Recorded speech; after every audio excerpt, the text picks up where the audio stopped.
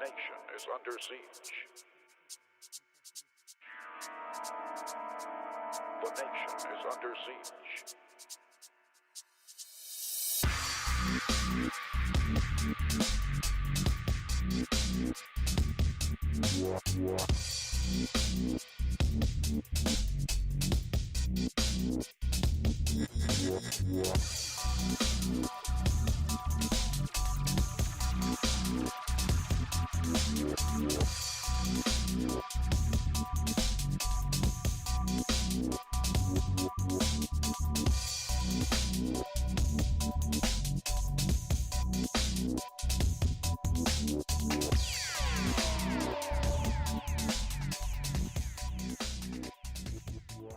Jesus Christ. Baby, so tired. Little baby. Finally, a decent fucking show.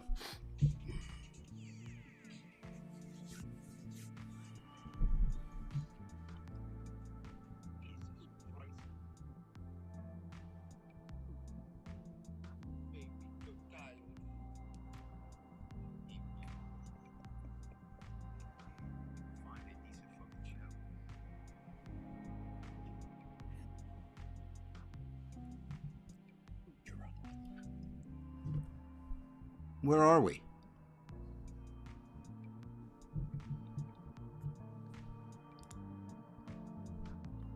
Oh, Mr. Brian. What are you doing? You're on, Dave. What? I can't make it. You're on.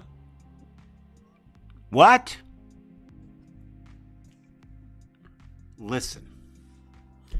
As you notice, there's someone or something missing from this show tonight. I can't make it. You're on. What?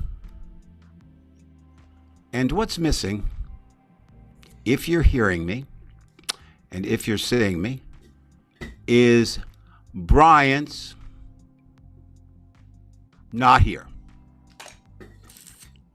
Now, the question becomes, why isn't Brian here? Well, we may delve into that later.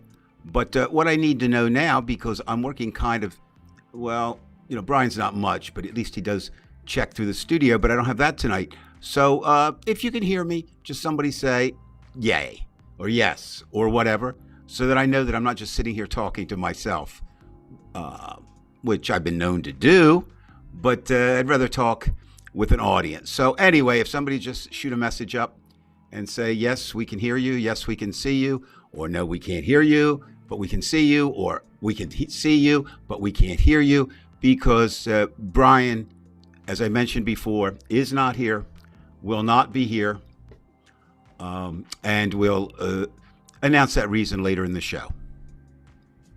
Okay, so we got a yes. All right, T-Bone, thank you. So tonight, it's going to be me and you. and that's it. The whole world is watching. Well, let's see. That reminds me of Chicago, 1968, which is an interesting way to start the show. I suppose, since you gave me that idea, Global, I would have said, prior to Trump's glide down that golden escalator in 2015, I guess, that in 1968, the country was as divided as it could possibly be. Little did I know that I would be wrong. I thought that Richard Nixon would be the worst president of my lifetime. Little did I know then that I was wrong. So Mr. Trump has upended two things that I really believed couldn't happen, that a country could get more divided than we were in 1968. And we were, any of you around remember, we were really divided. Issues that divided us basically, though, were the Vietnam War, civil rights, and the idea of young versus old, a lifestyle change. And the adults in 68 didn't really understand what us young folk were talking about. Of course, I'm not real sure we understood either, but it was, it was pretty radical change. I always think of my father, things coming to him, like his son had long hair. What's that? His son's talking about the United States is not, the greatest nation in the world, and he had fought in World War II with the people beside him who took the name the Greatest Generation. So, what is similar between '68 and now? Well, we've already established the country's divided, but I'm gonna working on a theory now that we're divided for a lot of reasons, but we're actually the biggest divide, bigger maybe than religion, maybe bigger than country versus rural, bigger than red state, blue state, is we're divided in terms of our culture. There's really two cultures in this country. If you believe, like I do, that culture envelops everything that you do, that we are as a society, etc. So I've been spending a lot of time recently and looking at pop culture and politics. And I believe that Donald Trump is our first pop culture president. Now, what does that mean? Well, what it means is it begins with, without the reality TV show The Apprentice, Donald Trump would not be our president. Absolutely no way. So he really came to the forefront of people outside of New York City. New York City knew him. In New Jersey, we knew him because he had driven 3 casinos into the ground. We pretty much had an idea of how bad a person he was. We certainly had an idea that he was not the businessman he claimed to be. But this aura that he built up on The Apprentice, that he was this consummate, big art of the deal, big guy, comes along, and he was able to parlay that into the presidency. But how he did that is what's interesting too. So here's this pop culture figure. He has no ideology. He has no spirituality. He really doesn't hold anything sacred that I can see. So he can adapt. He can be anything he wants. He is very good at being a con man, and he will con people. People believe he's a Christian. He doesn't have a scintilla of Christianity in him. They believe he's a great businessman. No way. We know that's false. But it doesn't matter because people believe in this pop culture image of Trump. In fact, it would actually be funny if it weren't for the fact that maybe, just maybe, Donald Trump is going to bring about the death of America as we know it. Now, of course, Donald Trump can't do that by himself, right? He's getting a whole hell of a lot of help. So who does he turn to first? Well, first and foremost, he turned to this group of Americans who decided to name themselves after something he didn't come up with, but he used, Make America Great Again. So he's got a very strong constituency in MAGA. Now, MAGA is not half the country. It's not even a third of the country. It's less than a third. But that third, or less than a third, looks at Trump as the savior for America. Definitely. He is going to save America. I know a number of you, I'm sure, like me, have lost people over politics in the past 8 years. But I would urge you once in a while to go on someplace where people are commenting from the other side, from the Trumpian side. And what they say, I mean, is amazing. It's astounding. As I've said before in this show, I used to think man, we really do live in two separate realities. But we can't. There's only one reality. In reality, there's only one reality, right? So what we really have is we who are anti-Trump look at reality and see it one way, and those who are pro-Trump look at that same reality but see it entirely differently. So his initial support came from this group we call MAGA, basically defined as not college educated, basically coming across as rural, not from the urban areas, basically strongest in the non-coastal regions, which would be the South and the Midwest and the far West, Rocky Mountains. But this time around, he aligned with another group who is far more dangerous than disorganized MAGA. And that's the billionaires led by, after Donald Trump, the second biggest threat to America today, Elon Musk. Now, we all know a little bit about Musk, you know. We know that he's the richest man in America.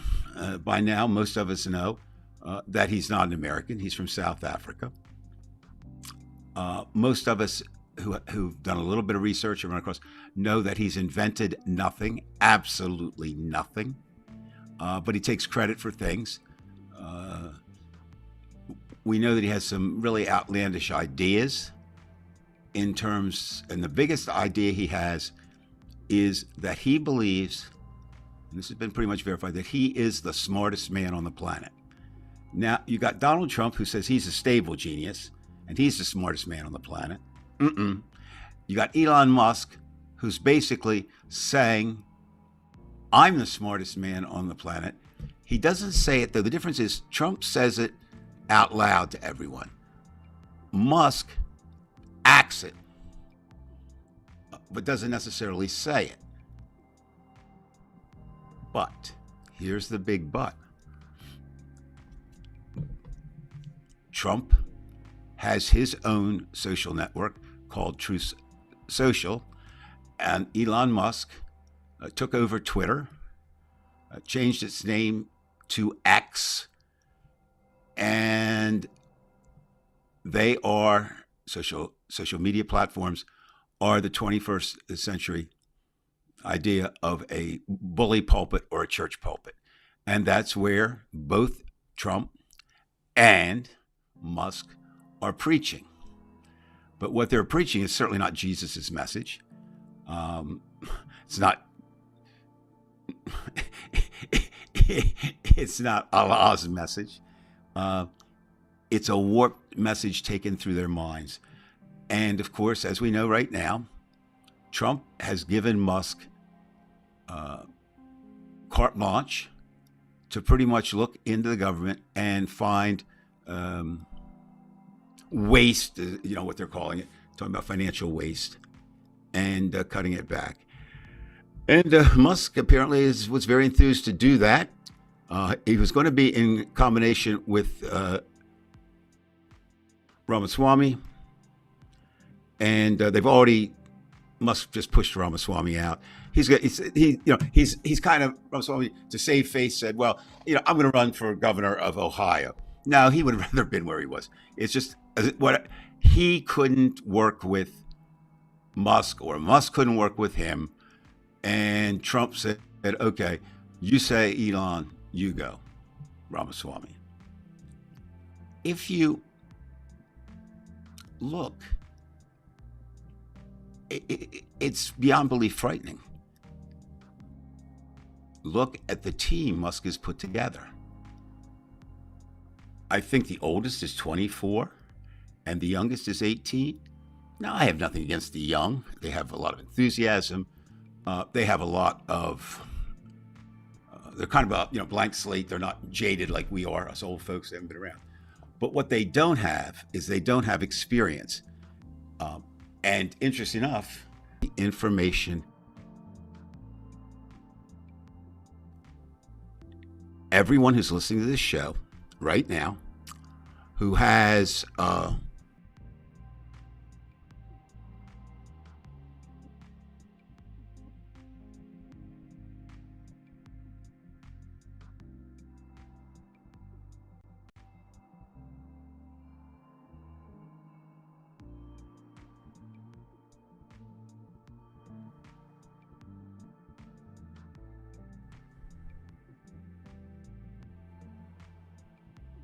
again, just got a message that I got bounced off. So again, I ask you, I saw I was frozen before that happened. So again, it's Brian is operating supposedly the feed. But again, Brian is not here and he's not on. So I don't even know if he's listening. Brian, if you're listening, could you send me a message and let me know that I'm back on? And if you don't, I'm going to close myself out in a few minutes because, like I said, I love talking, but I don't particularly love talking to myself. So let me know how the feed is going. And if somebody out there in the next minute could say, yes, again, yes, you're on, or no, you're not, because I can only see my end. I can't see the transmitted end. So if someone would be kind enough to do that, that would be great. And if you can't, that I'm going to take it that you can't see or hear me, and I will close down for the night and leave it to Brian to pick up the show the next time when he can make it. Anyone out there? Anyone out there at all?